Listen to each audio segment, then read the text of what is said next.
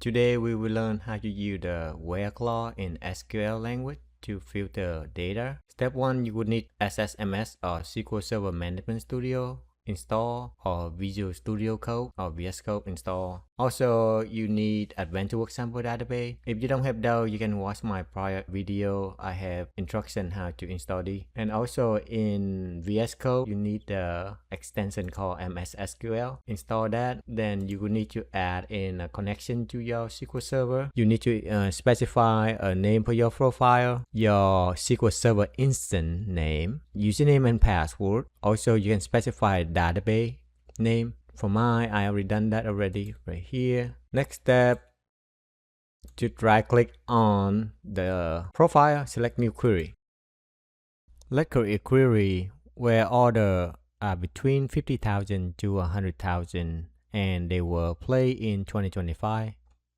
First, if you look at the cell order header, right here you go down to the cell schema, click on cell order header. If you go scroll down, you will have a column called total due. Total due is the combo between the subtotal plus the tax plus the shipping cost. So let's look at that table real quick.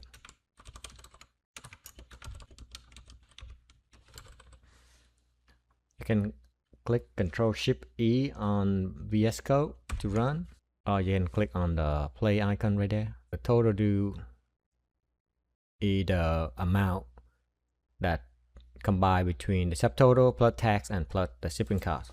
Let's give our table an alias. It's a good practice to provide an alias for your table or your view, because if you create a left join or inner join between two tables or two views, and if there is a column with the same name in the table or the view, SQL Server will get confused.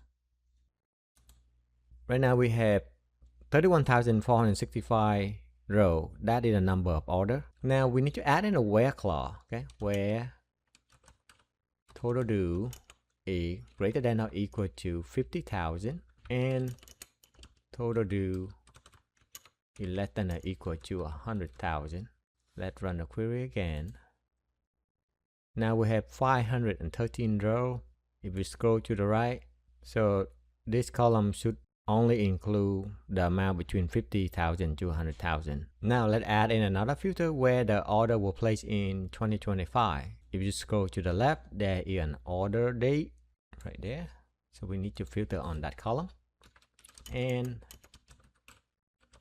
order date is greater than January 1st, 2025, and order date less than or equal to December 31st of 2025. If we run the query again, it will give a 77 row. Let's make it more interesting, because we already know how to use inner join to join to another table. So let's add in another condition.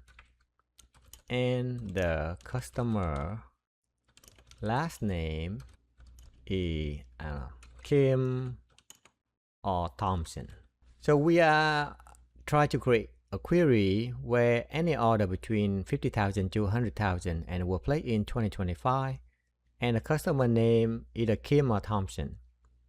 So to get a customer name, we have to inner join to the customer table, customer ID.